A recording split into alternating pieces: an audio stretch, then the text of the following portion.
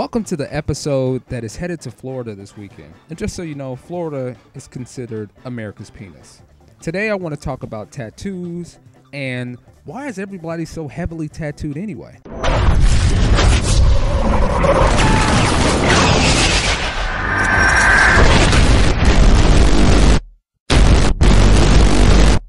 So today I want to talk about tattoos, and I personally love tattoos. I don't have any myself, but I think that they are absolutely amazing on women and guys. If you get them in the right place, even we can pull them off. But if you go to the right tattoo artist, it shows skill.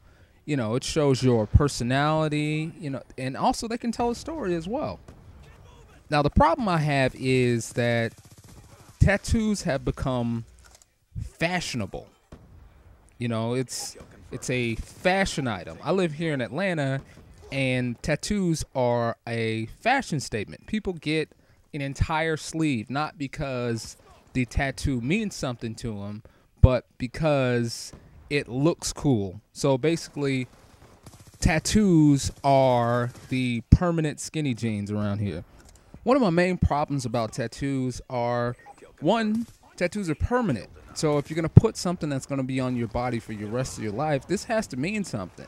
This doesn't, it can't be something that you're doing simply to impress somebody else. That tattoo needs to mean something to you, And the other part is people don't understand that tattoos say things to people.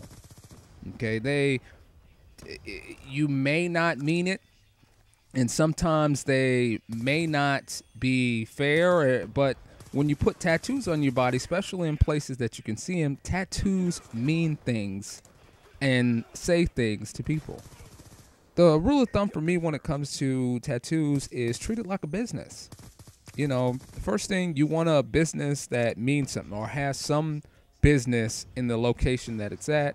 And two, location. It's all about where you put it, So, you have your entire body to put a tattoo on, but certain places mean things to certain people. Like, if I see someone with a tattoo on their face, that says that they have some kind of mental issues going on upstairs. I'm not saying that they're crazy, not saying that they have Alzheimer's or something like that. I'm just saying that they have something going on upstairs to where the last place that they can put a tattoo or the only place that they can put a tattoo is on their face. Okay, you got all this canvas, but the permanent tattoo is going on my face. So that's it. You got something going on upstairs. The teardrop tattoo says what? 25 to life. And that person may not even be a criminal. It's very possible that that person got that and it means something else. Somebody could have died or whatever the tattoo could have mean, but to a lot of people, that's what it's going to be. If you go into the corporate world and you have teardrops tattooed on my eye, you're not going to get the job as the bank teller. I don't think that's going to go over too well. It's just because tattoos say stuff to people. The other place, the neck, is another place that people love to get tattoos. And for me, I think the neck is a place of emotion. It normally says that you have baggage. So that's normally where you put loved ones, kids, wife, ex-wife. All that stuff goes around the neck. So it normally says that you have some type of baggage that you're holding on to, that's on your neck. When you tattoo it on your neck, excuse me. The other one that just throws me off, man, is the tattoo on the chest. I can't see how women can do that. Like I said, breasts are naturally going to draw your eyes in towards that. Why do you need this whatever on your chest? I can see something small, something that could possibly be covered up, but an entire mural on your chest is... I can't understand that. I just don't see it. So there's one person that I believe that we can blame for all of the heavy tattooing, especially in the urban community. Because if you remember, sleeves and full body tattooing was normally reserved for guys that rode bikes or who were into that type of culture, right?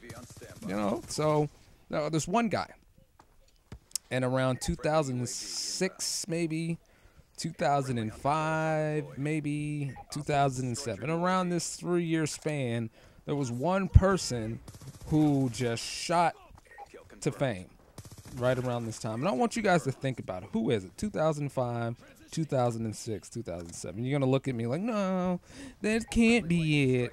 And it is. Think about it. Time's up. Guess who it is? It is Lil Wayne. And I know everybody's like, what? But think about it. Lil Wayne, before he did, there was a point where he just made, he did an album or was on a song with everybody for a year. He just, Destiny's Child, just anybody who had a song, he was on it for a year. And right after that, he shot the Carter. Okay, in the Carter, he was tattooed, but he wasn't heavily tattooed. Because I remember the Go DJ video, he had on like baggy pants and, he had some tattoos, but he wasn't at the point that Lil Wayne right now. So a little after that, once the Carter had hit its, got really successful and big and all that stuff, Lil Wayne started getting more heavily tattooed. And, a lot of the videos he shot, he didn't have any shirt off and all this stuff. And once that happened, an entire industry shifted. Like, I'll put it in perspective. I worked at a clothing store during that point of time, and Lil Wayne shot the Shooter video, which is Lil Wayne and Robin Thicke, or Robin Thicke, whatever his name is. And in the video, he had on like skinny jeans and a white T-shirt. But at the period in time, people were still really wearing really baggy clothes and all that stuff. I promise you, within a week of that video, our entire stock had changed. Everything had switched out. So I'm dead serious. I want you to look at that, because before 2005, 2006, 2007, NBA players did not have the level of tattooing and the sheer amount of tattoos that they carry on now. And after that, I'm telling you, Lil Wayne made it okay to have that type of tattooing on your body. He made it fashionable. So I'm going to wrap it up here, guys. Make sure that you comment. Also, if you like, make sure you hit that little button. And also, if you want to, make sure you subscribe. So thanks a lot, guys, and I'll talk to you guys later.